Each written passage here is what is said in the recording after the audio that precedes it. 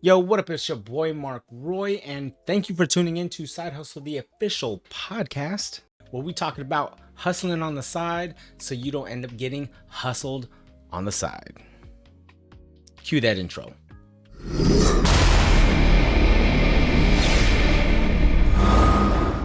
Yo, what up, everybody? Welcome back.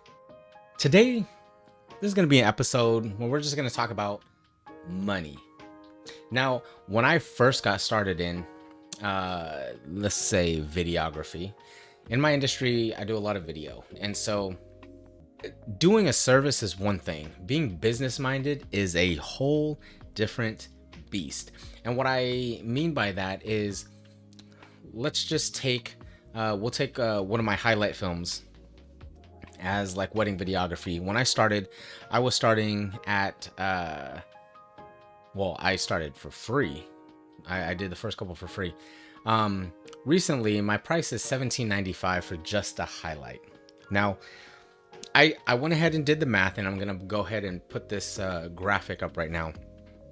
But just know, if I charge $1,795 for a highlight film, a lot of people that are just starting out would think, oh, I have $1,795. All that money doesn't go to me. And I read a book called Profit First by a dude named Mike Michalowicz, and it changed my entire business model. Changed the whole entire thing. Let me just say that it made it to a point where it was easier to do taxes. So, and taxes is a whole different beast. We'll get into that later. But how to disperse your money in your business, this is exactly what I did. And I'm just going to take where I started out and how I started out, those numbers. These numbers are subject to change at any moment for you and your business. And maybe your numbers might look a little different. Your percentages might look a little different, but I'm going to go ahead and put up a graphic right now and just go over what these numbers look like for me when I first started back in 2018. And a little bit has shifted given my current situation, but for just basic purposes, here's how it broke down. So my starting value, again, $17.95 for a highlight film. What they get in this highlight film is me showing up for 6 hours, right? And I go ahead and edit that video with all of the high quality audio that I captured throughout the day. So let's just say that 6 hours of doing my job, and then on top of that, another 15 hours. I like even numbers. So let's go 14 hours, right? 14 hours, and that's 20 hours a week, or 20 hours for that job. 20 hours gets invested into this video, right? So my starting value is $17.95. Now, in this book, Profit First, it says, yes, you have to take a profit. Like, pay yourself. You deserve it. You worked that 20 hours. How dare you not pay yourself? You have to pay yourself. This is what they said to do. Create a bank account, have 5 different accounts. And this is how mine breaks up. So, taxes. I'm probably overkill on this one. I take out 20% overall. So out of that $17.95, 20% goes to taxes, which is $359. Not mine, goes to Uncle Sam. Put it in there, forget it, we're great. Now, operations expenses. Now, this might be a little high, but as time went on, my numbers were pretty spot on.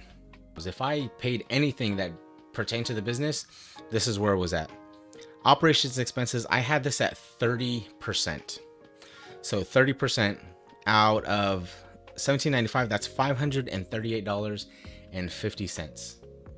So $538 goes into the operating expenses, goes back into the business so I can invest back into it, right? Either get new gear, hire a photographer to work with me on a wedding, hire some help to help me on a wedding, whatever that is, lens and gear rental, All of that goes out of the operations expenses. Now, owner's compensation. Again, this could be different in your field, and you might have a higher owner's comp. For me, when I was starting out, I wanted to be really conservative and make sure that the business was afloat, make sure that the business was getting what it needed to in order to just thrive and survive, right? So I put owner's comp at 35%. So 5% more than operations expenses, but I wanted to pay I wanted that one to be the most because I earned it, right?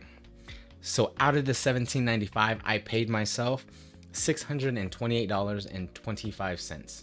Now this just goes into my operating or my owner's compensation account. That way at the end of the month, whatever's in there from whatever job, I transfer into my own checking account, my personal checking account. That way I know how much money I paid myself. That way I can say like, hey, I made this much money. The business made so-and-so. Anyway, so owner's comp, 628, right? Business profit. So this is solely like a business savings. This is at 10%. I want the business to make money for like that rainy day, just in case I need some reserve cash for whatever reason. I don't have like operations expenses went through the roof back in October for me, and I had to dip into that business profit to kind of pay the vendors because I got sick, right? So that business profit, that extra 10% cushion saved me, throughout the whole year of doing business, because I was able to put in 10% of every single job that came through. Now, everything gets funneled into this thing called income, right? $17.95 goes into this income account, and I filter out the 20% to taxes, the 30% to owner's comp, or 30% to operations expenses, 35% to owner's comp, 10% to business profit. Now, this income, 5% just stays in there just in case, just to have a little bit of extra just cash, just sitting there just in case I need to put it into something else at the end of the year. That one just goes into the business profit because I don't touch it really, right? So just in case I need something that's not in savings, that's just in checking, and I need some reserve cash, that just stays 5% stays in the income. So that's $89.75, right? So everything has a place. There's 100%, right, that goes into the income, and then I filter those percentages out. It's just easy like that. Now, this is when I started out, 2018, had different numbers, but 2019, 20, 21, it was constant at $17.95. These were my numbers. Every wedding that came in, depending on, and that was like the starting point. There were some packages where it was a lot higher. Whatever comes in, let's just say 2,000, you're going to filter out 20%, 30%, 35%, the same thing. That way, at the end of the year, you can kind of see everything organized on which went where, and all these accounts are easier to track and get a hold of, right? You can say, oh man, I spent a whole bunch of this for operations expenses, right? And owner's comp, I paid myself X amount, right? Throughout the whole year. It's just going to be way easier to do that, like super easy. So with a lot of my numbers this year, let's say that you upped your price and it went into 3,000, right? Your numbers would look like this. Taxes, you're putting in $600 for Uncle Sam, right? Owner's comp, you're paying yourself now, let's say 60%, right? You upped your price to 300 or 3,000. So it's almost not quite doubled, but like you're basically up there. You upped your owner's comp to 60%. Now you're paying yourself $1,800 for every single job at that price point, right? Or not at that price point, but just every single job that comes in, 60%, whether that be at $17.95 or $3,000, because now your operating costs have gone way, way down, because you were able to consolidate something and get rid of stuff here and there, and you didn't add on to it. You just got better at your job, and those operation costs went way down because you didn't have to pay for this subscription. You figured out how to do it by yourself, right? You didn't have to pay for all this, and this, because now your gear is all good to go, and now your operation costs are at 10%. So you're paying Uncle Sam 20. Operation costs are 10%. That's $300 out of that $3,000, and then 60%. You're paying yourself $1,800, and that business profit is 7%, which is $210. And then that income, you keep that there, 3%, still around that 90. So you're, again, still making money for you because of all your hard work, but your business is also thriving too. Now, sometimes, and this was me in 2018, before I read this book, I felt weird kind of taking a profit, but then I also looked at it like, I'm not going to take a profit. I'm just going to put it all back into the business. And a lot of us start like that. We say, I'm not going to pay myself. I'm just going to invest all of this money back into the business, buy the gear that I need to buy, and just do it that way for right now, right? Once you start taking that profit though, oh, it feels good. Oh, it feels really good, because you're now rewarding yourself for all the hard work. Now, again, for tax purposes, this is probably the best thing I've done in my business to make sure that I understand where all the money is going to, in terms of when it comes in and how it goes out. Like, it's just easy to do it that way. And I'm not like an organized dude. So there's some days where I'm like catching up with all of these things, right? The bank account builds and I'm like, what came in, and I have to add it up, and then I have to divvy it out, right? But man, does it feel good when everything's like under control, and you're just so proud of the things that you built, and that you're like staying on top of it, and shoot, not getting audited. You know what I'm saying? But basic money handling is probably the one thing that if I could do it all over again, I would have read Profit First even before starting this business, so that I can be in the know-how, because I probably would have been further along instead of making some of those mistakes in the beginning of my, business venture with money. So, if you can go ahead and do that and understand that, and just know that it's like, out of sight, out of mind, I'm not even thinking about this, you will just see your bank accounts just soar, right? In business, and you're going to be like, you're going to feel really good about yourself in business.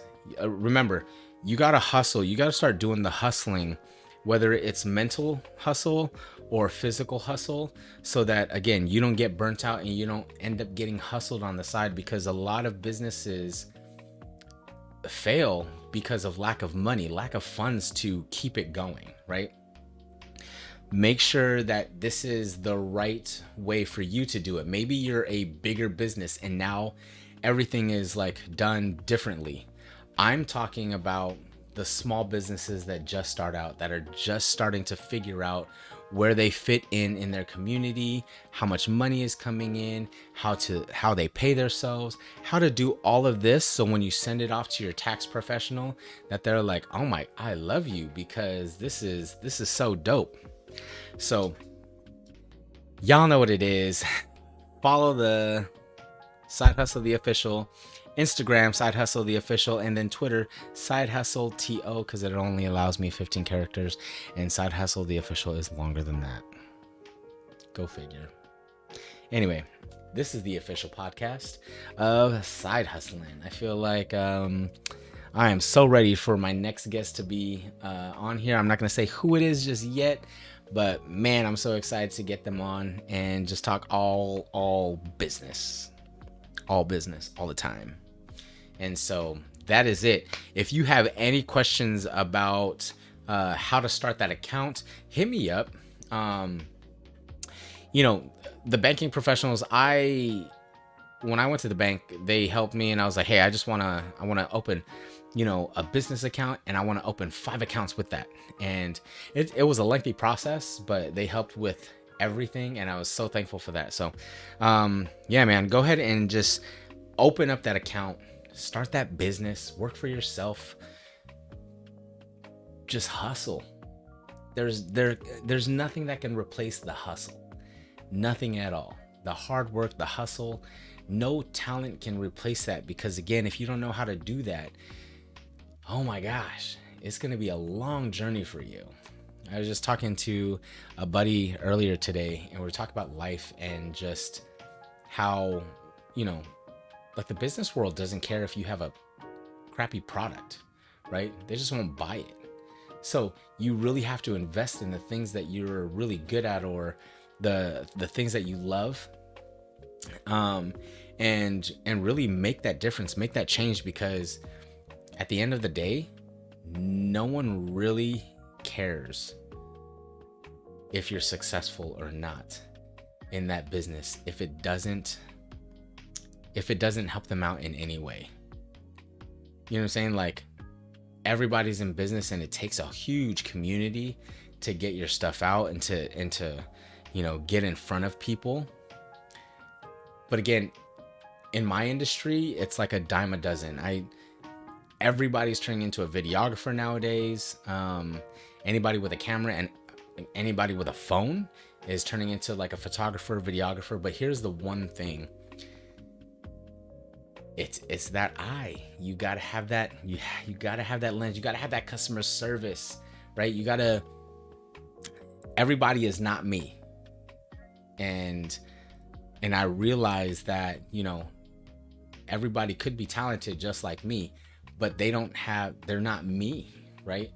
They got skills to pay the bills, but the eye of the eye of the creator is where it usually is at, right? People book me for how I edit the videos and my quality of work, not just because I'm able to with all of this equipment that I have, right?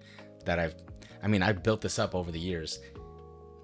It all comes down to, again, personality and the way you put together your stuff, your videos. But again, quality and just quality over quantity every single time. I feel like this year is the quality season that I'm in weddings, right? I'm starting to pick and choose which weddings to do, because I want it to be quality, but I also want it to put food on my table. And again, these numbers, the starting value of like $17.95, right?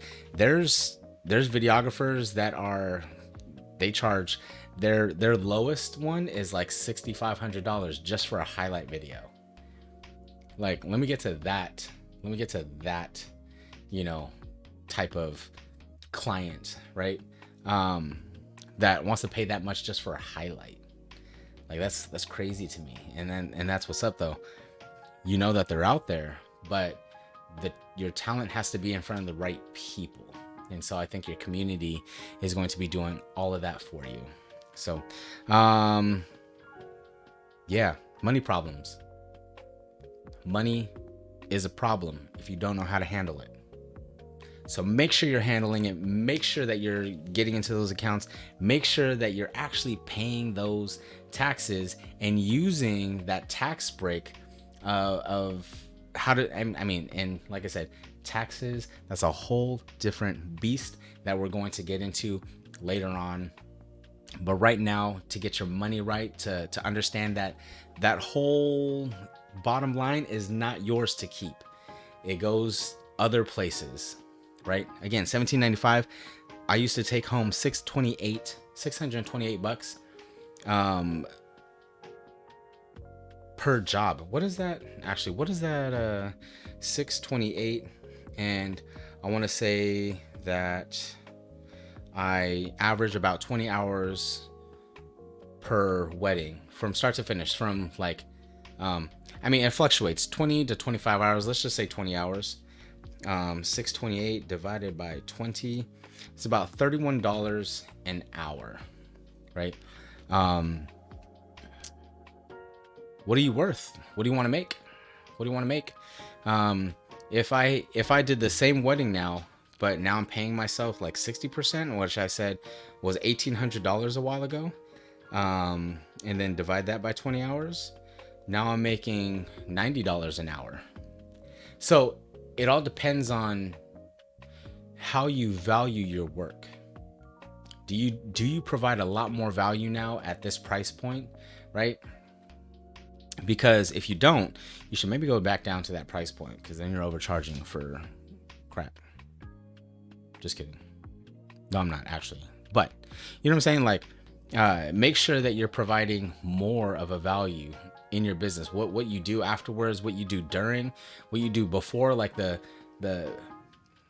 process of meeting the client to delivering whatever it is. Make sure that they like feel good about their decision on choosing you, right? Or if you're selling a product, same thing. You own a restaurant, same thing. Everything is all about the experience, and you know, your starting numbers again will change. But while we get it and you're just working for yourself and you're probably the only one that works, this system has not failed me yet. Has not failed me yet. So I was so excited when I got this, and I was so excited to just look at the bank accounts just like go up, and you're like, yo, this is crazy. I would never be able to do this, you know, if it weren't for owning this business, because now I see like where all this goes to. Now, I will say though, out of that owner's comp, that can be used as, you know, you get paid from your job. Basically, my job is paying me, right? That's 628. You're gonna divvy that up with however you see fit, right? Whether or not you're putting it into your own personal savings or you are saving up for a rainy day, like that's your money to choose what you want to do with it. But as far as the business goes, the taxes are taken care of, the overhead is taken care of, and your business savings is growing. Those are the three main things that you need in order to, if they go backwards, like it's not a good thing. You gotta fix your operations expenses somewhere to cut costs, right? But if everything just keeps growing every single time, it's a great feeling. Your taxes should be zeroed out. And at the end of the year, let's just say that you owe $10,000 in taxes, and because I was so, aggressive with it at 20%, let's just say I had $1,500, right? $1,500 that was still in there after I paid all my taxes. Well, again, you could pull that $1,500 back and just pay yourself, and you're like, hey, yo, look, I get taxes back, right? Because you didn't pay your taxes already, but you overshot by $1,500. You can just give yourself a little bonus. Like, how about that? So, yeah, what works for you? What are you doing in your business that is probably different from this, but maybe you're on a bigger scale? Maybe you have 10, 15 employees, right? I'm the only one, so this works perfectly for me. But what are you doing in your business that is working for you? Maybe drop it in the chat, drop it in the comments below, because again, this podcast is made for a lot of people that are probably in the same situation as all of us and don't know where to start or don't know what to do, and so that they are looking for answers. And a lot of what I'm talking about, I have heard some people talk about it, but like they're already wealthy. I'm far from that, right? I'm still on the grind. I'm still side hustling, right? But these are things that have worked in my life that hopefully it could work for somebody else. So thank you for stopping by. This has been Money Talks, right?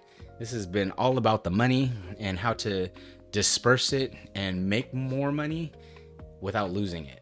So again, I hope you're hustling on the side and not getting hustled on the side. If you feel like you are being hustled on the side and you're just burning out and you just don't have that drive anymore, hit me up. I would love to talk. I would love to have you on this podcast to even just see what that looks like for people that might be in your same situation.